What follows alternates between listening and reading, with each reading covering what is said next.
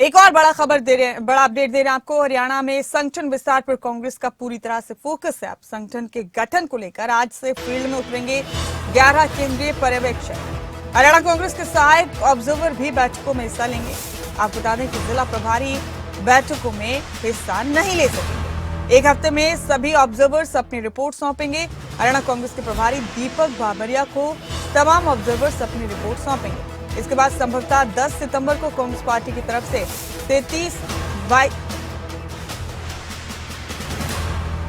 11 सितंबर को कोऑर्डिनेटर्स के साथ चंडीगढ़ में बैठक होगी।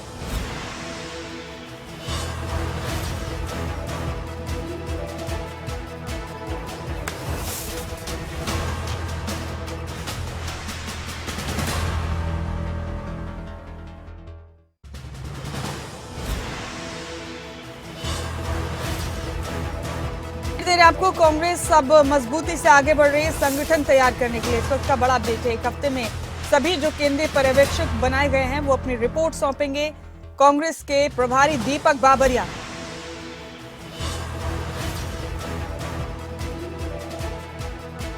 इसके साथ ही हरियाणा कांग्रेस के सहायक ऑब्जर्वर्स भी इसमें शामिल होंगे। बैठकों में जिला प्रभारी शामिल नहीं होंगे। ये भी एक अहम अपडेट है। और एक हफ्ते में सभी पर्यवेक्षक अपनी रिपोर्ट सौंपेंगे दीपक बाबरिया।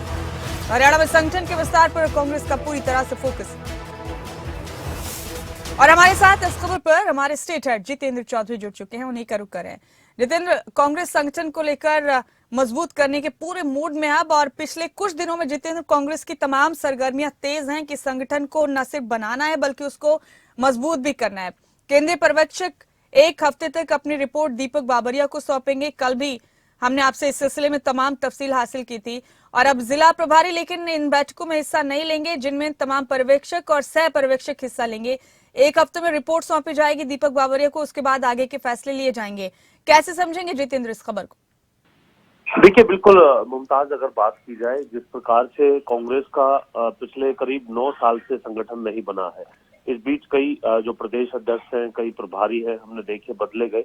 और संगठन बनाने को लेकर के सबसे पहला सवाल जो है वो कांग्रेस के तमाम चाहे वो प्रभारी हो या प्रदेश अध्यक्ष हो, उनके सामने रहा है। मौजूदा समय में भी प्रदेश अध्यक्ष उदय भान की तरफ से कई डेडलाइन जो है वो दी गई थी प्रदेश में संगठन बनाने को लेकर के, लेकिन संगठन नहीं बन सका। इसके बाद प्रभारी दीपक बाबरिया आए।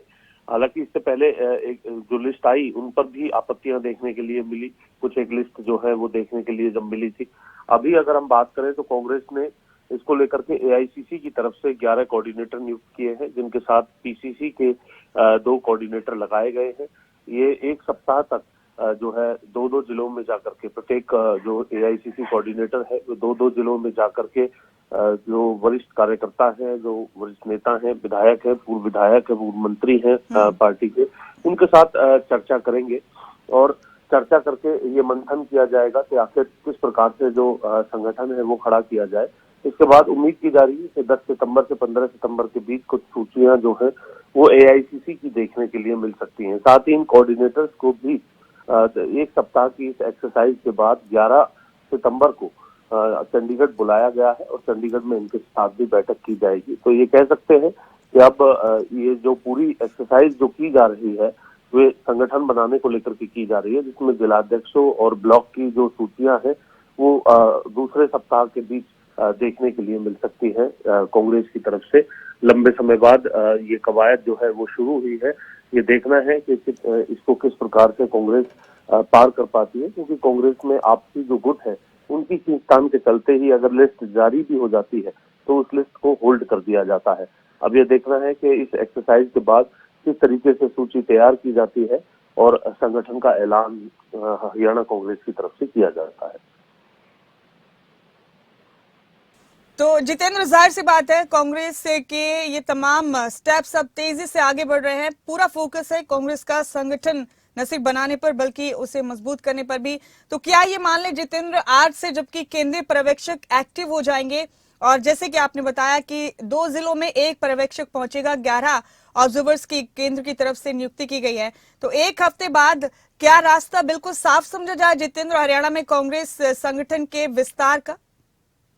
देखिए, बिल्कुल जो अभी तक जिस सोच के साथ एआईसीसी कोऑर्डिनेटर और पीसीसी कोऑर्डिनेटर लगाए गए हैं उनका मकसद यही है कि वे जाकर के वरिष्ठ नेताओं से जो है चर्चा करें जिलों के अंदर, चाहे उसमें पूर्व प्रदेश अध्यक्ष हों, सांसद, पूर्व सांसद की बात करें, विधायक, पूर्व विधायक की बात करें, चुनाव लड़ चुके पार्टी के नेताओं की बात करें, पूर्व जिलाध्यक्ष की बात करें, पीसीसी सदस्यों की बात करें, कार्यकारिणी सदस्यों की बात करें, ये तमाम लोगों से जो है जाकर के जो चर्चा है यहाँ पर की जाएगी। और साथ ही साथ संगठन बनाने की कवायद को लेकर के ही ये शुरुआत की गई है। जी। तो इसके बाद ये कहा जा सकता है कि कुछ सूचियां जो है वो देखने के लिए मिल सकती हैं, क्योंकि चुनाव से पहले कांग्रेस भी ये चाहती है कि संगठन खड़ा हो, क्योंकि कांग्रेस के खुद के नेता ही इस बात को भी कहते नजर आते हैं कि अगर उनके हारने का या फिर वोट प्रतिशत कम रहने का जो बड़ा कारण रहा है वो संगठन ना होना रहा है। ऐसी जो तमाम बातें जो है,